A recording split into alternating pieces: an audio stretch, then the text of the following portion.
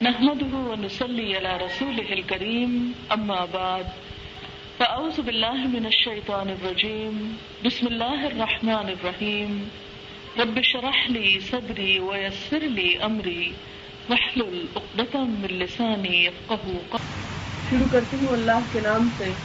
جو بے انتہا مہربان نہایت رحم فرمانے والا ہے۔ ابراہیم نے کہا میں اپنے رب کی طرف جاتا ہوں، وہی میری رہنمائی فرمائے گا۔ اے پروردگار،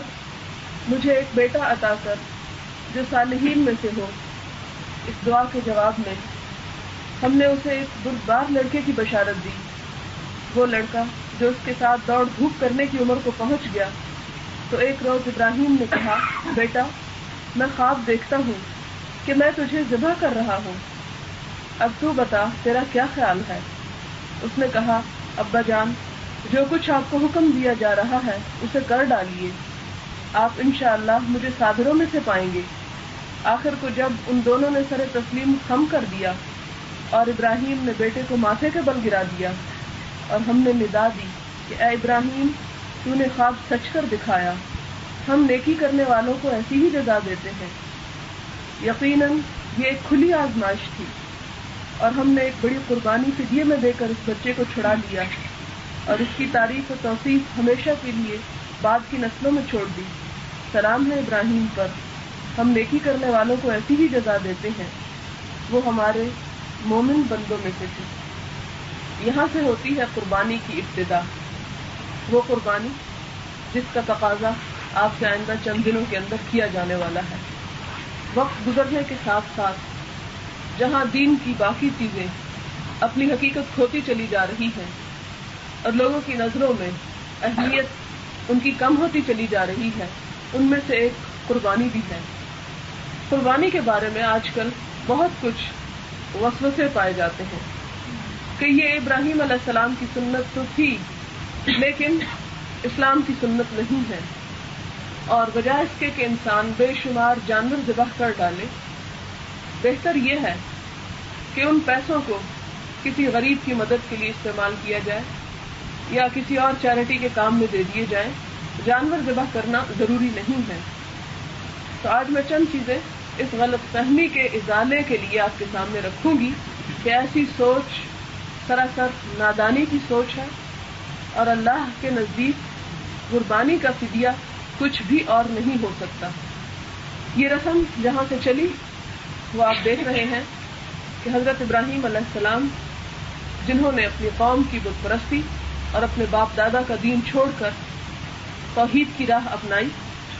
اور سب چیزوں سے مایوس ہو کر رب کی طرف چل نکلے اور اسی پر امید رکھی کہ میرا رب ہی مجھے ہدایت دے گا، تو رب نے واقعی اسے ہدایت دی اور پھر رب نے اس ہدایت کے ساتھ ساتھ حضرت ابراہیم علیہ السلام کو طرح طرح کی آزمائشوں میں ڈالا جن کو انہوں نے بہت اچھی طرح پورا کیا۔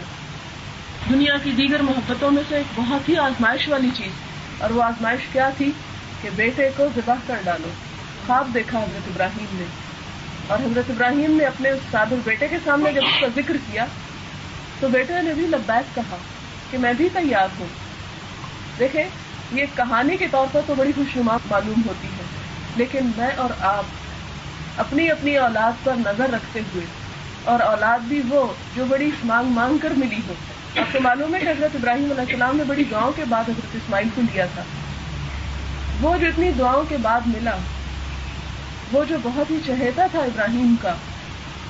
اللہ سبحانہ و تعالیٰ کیونکہ اپنی محبت میں کسی اور کو شریک نہیں بنا سکتے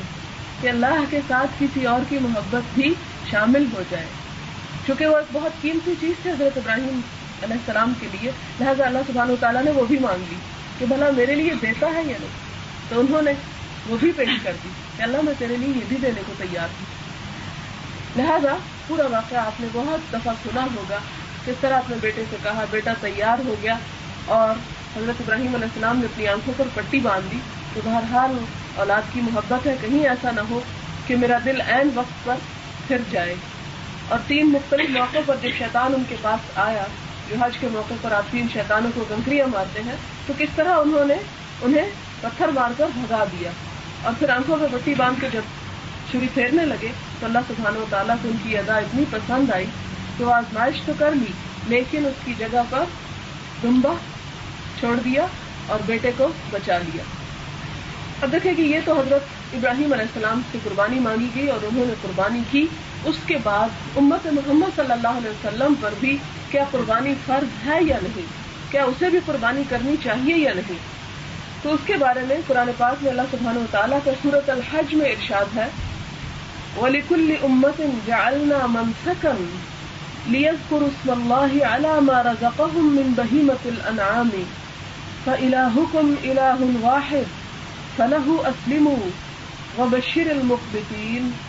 الَّذِينَ إِذَا ذُكِرَ اللَّهُ وَجِلَتْ قُلُوبُهُمْ وَالصَّابِرِينَ عَلَى مَا أَصَابَهُمْ وَالْمُقِيمِ الصَّلَاةِ وَمِمَّا رَزَقْنَاهُمْ يُنْفِقُونَ وَالْبُدْنَ جَعَلْنَاهَا لَكُم مِّن شَعَائِرِ اللَّهِ لَكُمْ فِيهَا خَيْرٌ فَاذْكُرُوا اسْمَ اللَّهِ عَلَيْهَا صَوَافَّ فَإِذَا وَجَبَتْ جُنُوبُهَا فَكُلُوا مِنْهَا وَأَطْعِمُوا الْقَانِعَ وَالْمُعْتَرَّ كَذَلِكَ سَخَّرْنَاهَا لَكُمْ لَعَلَّكُمْ تَشْكُرُونَ لَن يَنَالَ اللَّهَ لُحُومُهَا وَلَا دِمَاؤُهَا وَلَكِن يَنَالُهُ التَّقْوَى مِنكُمْ كَذَلِكَ سَخَّرَهَا لَكُمْ لِتُكَبِّرُوا اللَّهَ عَلَى مَا هَدَاكُمْ وَبَشِّرِ الْمُحْسِنِينَ۔ اللہ سبحانہ وتعالیٰ کا ارشاد ہے، ہر امت کے لیے ہم نے قربانی کا ایک قاعدہ مقرر کر دیا اور امت محمد صلی اللہ علیہ وسلم بھی اس سے مستثنا نہیں کہ وہ قربانی کو کسی اور چیز سے کمپنسیٹ کر دے، نہیں، جب قربانی مانگی جائے گی تو قربانی ہی کرنا پڑے گی، اس لیے کہ یہ چیز اللہ سبحانہ وتعالیٰ نے مقرر کر دی ہے، تاکہ اس امت کے لوگ ان جانوروں پر اللہ کا نام لیں جو اس نے ان کو بخشے ہیں۔ ان مختلف طریقوں کے اندر مقصد ایک ہی ہے، بس تمہارا خدا ایک ہی خدا ہے اور اسی کے تم مطیع و فرما بردار بنو۔ اور اے نبی صلی اللہ علیہ وسلم بشارت دے دو عاجزانہ روش اختیار کرنے والوں کو، جن کا حال یہ ہے کہ اللہ کا ذکر سنتے ہیں تو ان کے دل کانپ اٹھتے ہیں، جو مصیبت بھی ان پر آتی ہے اس پر صبر کرتے ہیں، نماز قائم کرتے ہیں اور جو کچھ رزق ہم نے ان کو دیا ہے اس میں سے خرچ کرتے ہیں۔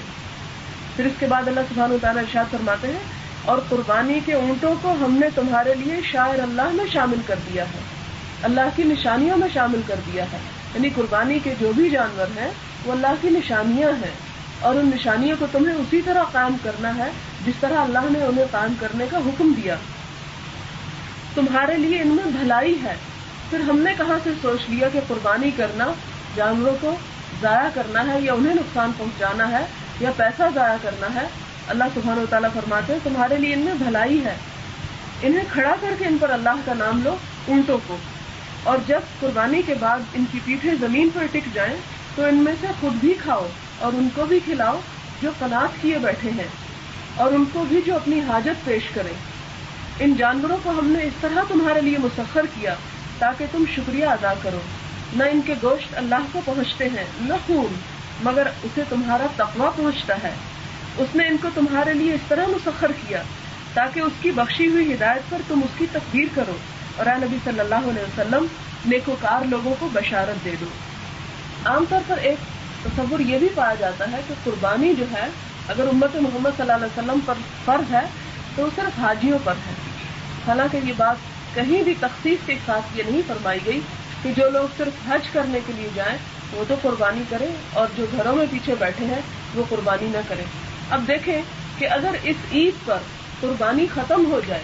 تو بھلا بتائیے یہ عید کیا عید باقی رہے؟ اس عید میں پھر خوشی کی کیا چیز رہ جائے گی؟ یعنی کون سا مقصد ہوگا؟ تو یہ دراصل اس دن میں قربانی کرنا ایک تو حج پہ جانے والوں کے ساتھ ایک قسم کی مشارکت ہو جاتی ہے، اور دوسرا یہ کہ سنت سے ہمیں حضور صلی اللہ علیہ وسلم کی قربانی کرنا ثابت ہے۔ نبی صلی اللہ علیہ وسلم مدینہ طیبہ کے پورے زمانے قیام میں ہر سال عید کے موقع پر قربانی کرتے رہے، اور مسلمانوں میں آپ ہی کی سنت سے یہ طریقہ جاری ہوا۔ جیسا کہ بعض لوگوں کا خیال ہے کہ چند سال بعد کچھ اماموں نے یہ کام شروع کر دیا، تو ایسا نہیں ہے۔ خود حضور صلی اللہ علیہ وسلم حج کے فرض ہونے سے پہلے بھی، آپ کو معلوم ہے حج تو یہ آخر میں آ کے فرض ہوتا ہے نا، 9ویں یا 10ویں ہجری میں فرض ہوتا ہے، لیکن یہ کہ اس سے پہلے بھی حضور صلی اللہ علیہ وسلم جتنے سال مدینہ میں رہے ہر سال قربانی کرتے رہے. اور اس کی اتنی آپ صلی اللہ علیہ وسلم نے تاکید کی. آپ نے فرمایا من وجد ساعة فلم يضحي، جس کو اللہ نے استطاعت دی ہو پھر وہ قربانی نہ کرے تو وہ ہماری نمازوں کی جگہ کے قریب بھی نہ آئے. یعنی گویا وہ ہم میں سے نہیں. اس لیے کہ امت محمد صلی اللہ علیہ وسلم میں شامل ہونے کے لیے قربانی کرنا ضروری ہے.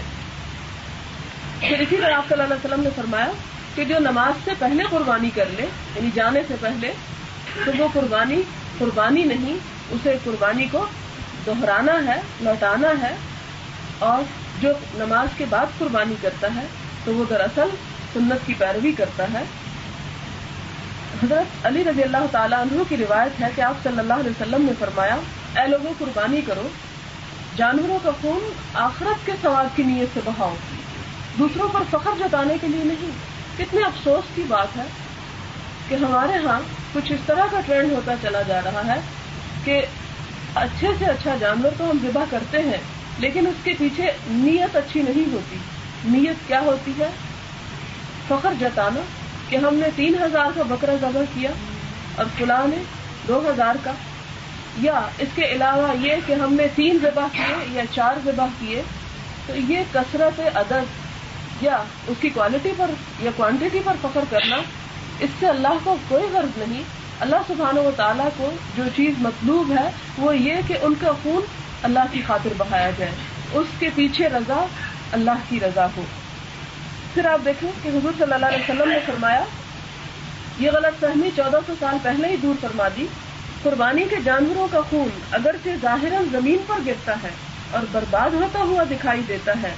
لیکن حقیقتاً یہ خون اللہ کے خزانے میں چلا جاتا ہے. پھر اسی طرح آپ دیکھیں کہ اگر ہم عقلی لحاظ سے دیکھیں تو بھی قربانی کا گوشت کبھی ضائع تو نہیں ہوا.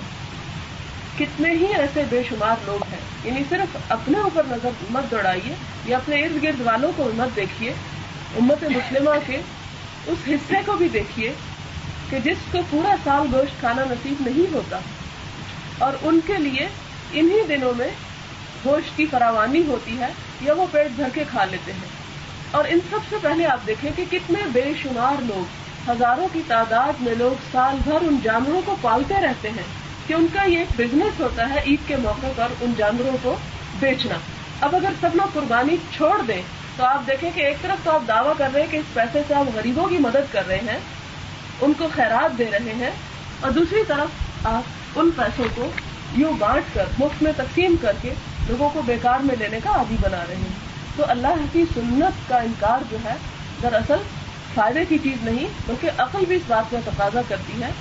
کہ ایسا ہونا چاہیے جیسا کہ اللہ سبحانہ وتعالیٰ نے ہمیں حکم دیا ہے اور جس چیز کو پسند فرمایا ہے. ایک مسلمان کے لیے تو اتنا ہی کافی ہے کہ اس کا رب اسے کوئی حکم دے اور وہ آمنا و صدقنا کہے کہ اللہ مجھے قبول ہے، میری خوشی اسی میں ہے، اس لیے کہ میں نے تیرے سامنے اپنا سر جھکا دیا ہے. لیکن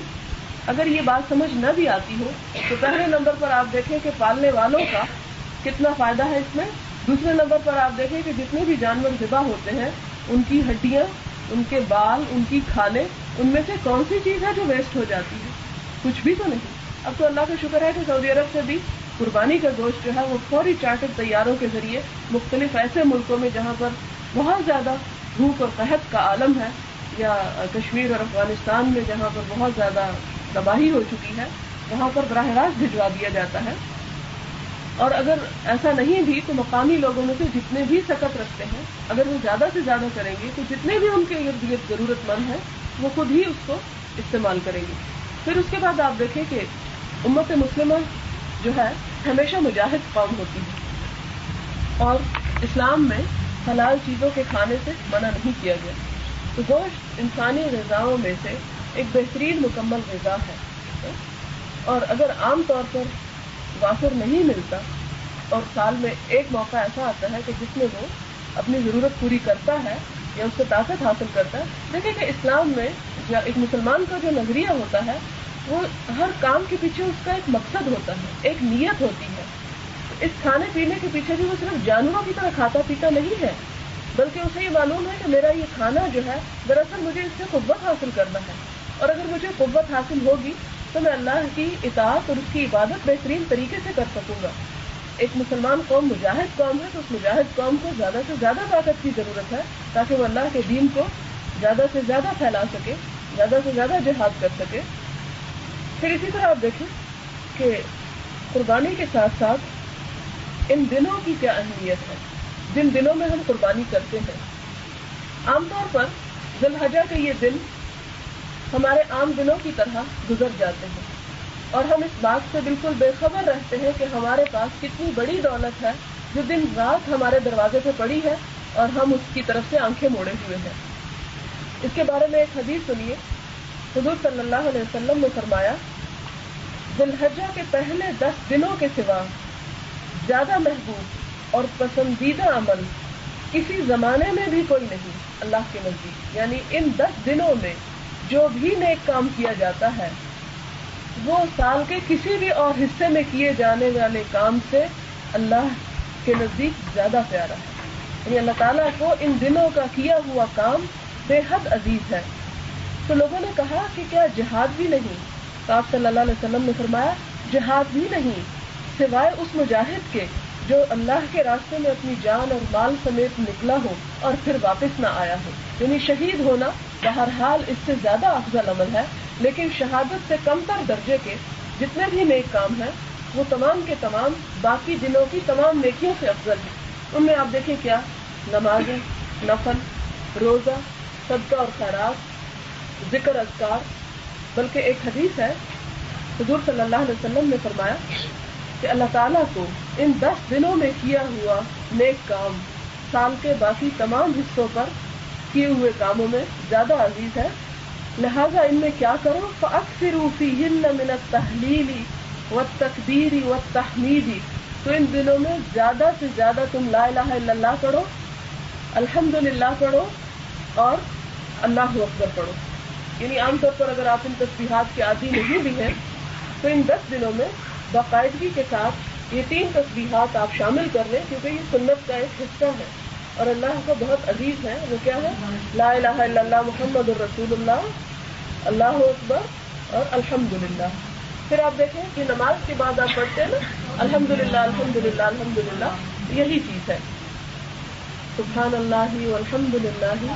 ولا الہ الا اللہ واللہ اکبر, تینوں چیزیں اس میں آ جاتی ہیں.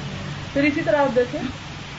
اللہ اکبر لا الہ الا اللہ واللہ اکبر اللہ اکبر وللہ الحمد. یہ تکبیر جو ہے یہ بھی صحابہ کرام ان دنوں میں اور خاص طور پر عید کے دن میں بہت کثرت سے کرتے تھے. کبھی آپ کو اتفاق ہوا ہوگا عیدگاہ جانے کا تو آپ نے دیکھا ہوگا کہ یہ تسبیحات جو ہے نماز سے پہلے تک پڑھی جاتی ہے. پھر اسی طرح آپ دیکھیں ایک اور تسبیح ہے, اللہ اکبر کبیرہ والحمد للہ کثیرہ وسبحان اللہ بکرۃ واصیلا. اس کا مطلب ہے اللہ اکبر کبیرہ, اللہ بہت بڑا ہے, بہت ہی بڑا. والحمد للہ کثیرہ, اور شکر ہے اللہ کا, تعریف ہے اللہ کی بہت ہی زیادہ. وسبحان اللہ, اور پاک ہے اللہ, یعنی میں یہ تسبیح کرتی ہوں بکرۃ واصیلا, صبح بھی اور شام بھی. تو ان میں سے آپ جو بھی آسانی کے ساتھ کر سکیں کرتے رہیں. تو یہ دن بھی رمضان سے کسی طور پر کم نہیں ہے, مگر ہمارے یہاں افسوس کی بات ہے کہ رمضان میں تو ایک خاص اہتمام ہوتا ہے لیکن ان دنوں میں اہتمام نہیں ہوتا, جو کہ کرنا ضروری ہے. صرف حاجیوں کو یہ سمجھا جاتا ہے کہ وہی عبادت میں ہے, ہم نہیں ہیں, حالانکہ ہم سب اس میں شامل ہیں. پھر آپ دیکھیے کہ عام طور پر ایسا ہوتا ہے کہ حاجی لوگ جو ہے وہ اس بات کا اہتمام کرتے ہیں کہ پہلے 10 دنوں میں اپنے ناخن نہ کاٹیں, بال نہ ترشوائیں. لیکن جو ہم لوگ ہیں ہمیں یاد بھی نہیں ہوتا کہ یہ ذی الحجہ کے دن اور اس کا اہتمام نہیں کیا جاتا. لیکن یہ مسنون ہے کہ جو لوگ قربانی دینا چاہتے ہیں خاص طور پر وہ حج پر جانے والوں کے ساتھ شریک ہونے کے لیے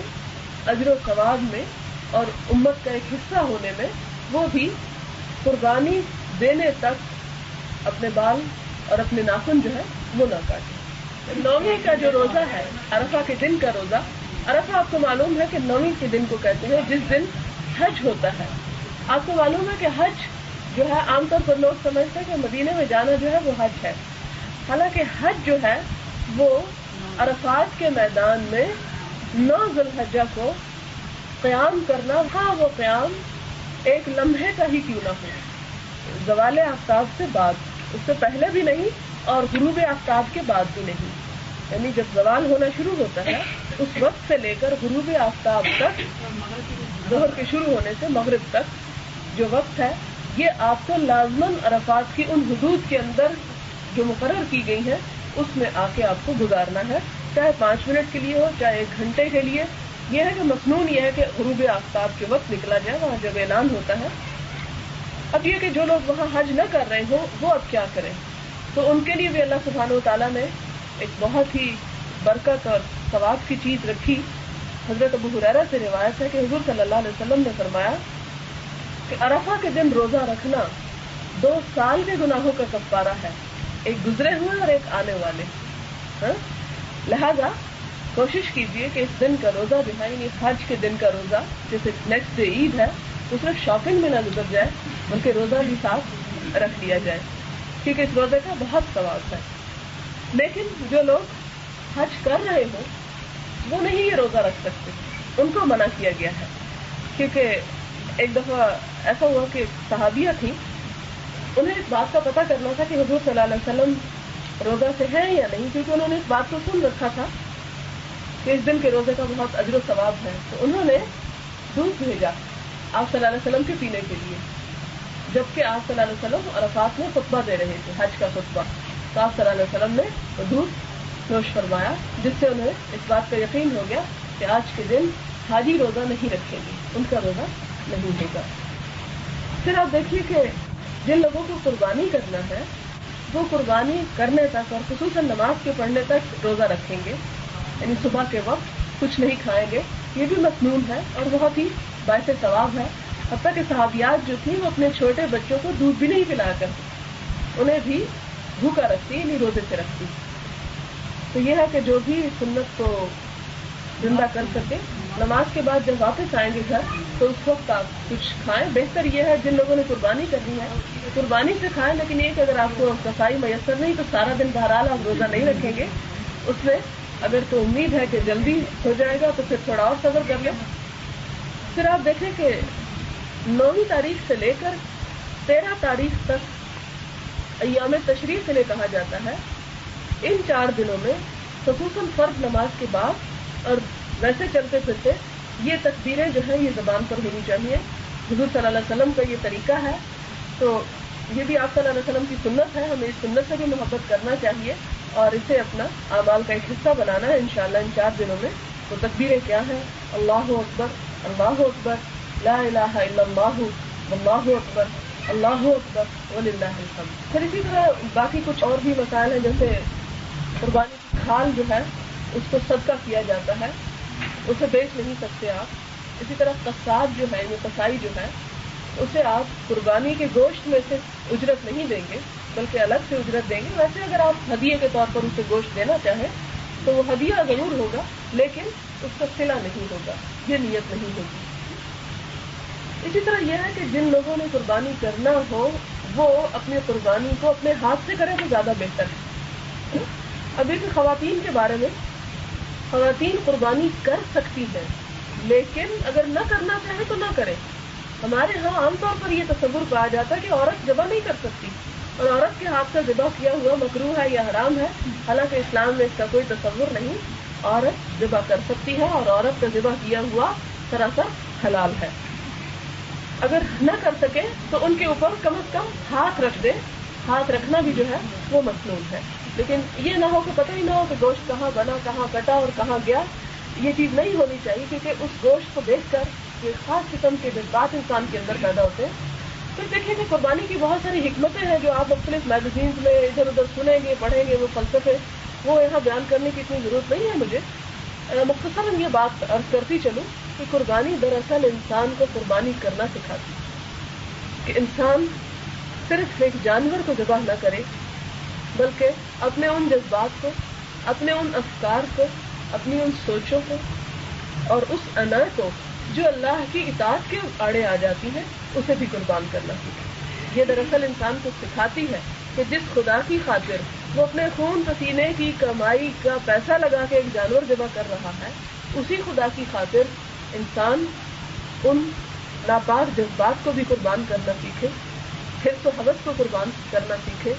ایک دوسرے کے ساتھ جو ظلم و زیادتی ہے اس کے جذبات کو قربان کرنا سیکھے، جو عام طور پر رشتے داروں کے اندر، پڑوسیوں کے اندر، دوستوں کے اندر یا کسی بھی تعلق کے اندر پائی جا سکتی ہے، کیونکہ تعلق سے مراد یہ کہ انسانی معاشرے میں پائے جانے والے جتنے بھی تعلق ہیں وہ سب اس میں شامل ہیں، تو ان کے اندر بھی ایثار اور قربانی کا جذبہ انسان کے اندر پیدا ہونا چاہیے، اپنے آپ کو، اپنی خواہش کو مار کے دوسرے کی خاطر کچھ کرنا، اپنے آپ کو پیچھے رکھ کے دوسرے کو چانس دینا، یہ چیزیں جب تک ہمارے اندر پیدا نہیں ہوتی اس وقت تک ہم اللہ سبحانہ و تعالیٰ کی محبت کو نہیں پہنچ سکتے، جو دراصل ہمارا ٹارگیٹ ہے۔ اللہ سبحانہ و تعالیٰ فرماتے ہیں لن تنالوا البر حتی تنفقوا مما تحبون، تم اللہ کی محبت تو پا ہی نہیں سکتے جب تک وہ خرچ نہ کر ڈالو جس سے تم محبت رکھتے ہو۔ اب بعض اوقات انسان اپنے آپ سے بڑا محبت رکھتا ہے، اس کے اوپر کوئی بات نہیں سنوں گی، سب گوا رہا ہے، اللہ کی راہ میں صدقہ اور خیرات بھی خوب ہو رہا ہے، نمازیں بھی پڑھی جا رہی ہیں، لیکن اگر ہمیں کسی نے تھوڑا بہت برا بھلا کہہ دیا تو عمر بھر کے لیے اس کے دشمن ہو گئے یا عمر بھر کے لیے اس سے تعلق کاٹ کے بیٹھ گئے، تو یہ چیز غلط ہے۔ انسان جب ہم دوسرے کے ساتھ زیادتی کر جاتے ہیں تو دوسرے کی سہنے کی بھی عادت ہونی چاہیے، تو ایسی چیزوں کو انسان ذبح کرتا چلا جائے، اور خاص طور پر ایسے دنوں میں اور ایسے مواقع پر اس چیز کی تجدید بھی کرے۔ قربانی جو ہے جو صاحب استطاعت ہو اسی پر ہے، اگر بیوی خود کمانے والی ہے یا اس کا کہیں سے بھی آمدنی کا کوئی ذریعہ ہے تو وہ کر سکتی ہے الگ، اور اگر شوہر اس کی طرف سے کر دے تو ٹھیک، لیکن اصرار کر کے اور ضد کر کے اور گھر کی فضا خراب کر کے اسے قربانی نہیں کروانی چاہیے۔ قربانی تو دراصل جذبات کی قربانی ہے، اگر آسانی سے آپ کے شوہر آپ کے لیے بھی کر رہے ہیں تو ٹھیک ہے، لیکن اگر آپ خود جاب کرتی ہیں، خود کمانے والی ہیں، تو پھر آپ کو بھی کرنی ہے۔ سبحانک اللہم و بحمدک نشہد ان لا الہ الا انت نستغفرک و نتوب الیک۔ والسلام علیکم ورحمۃ اللہ وبرکاتہ۔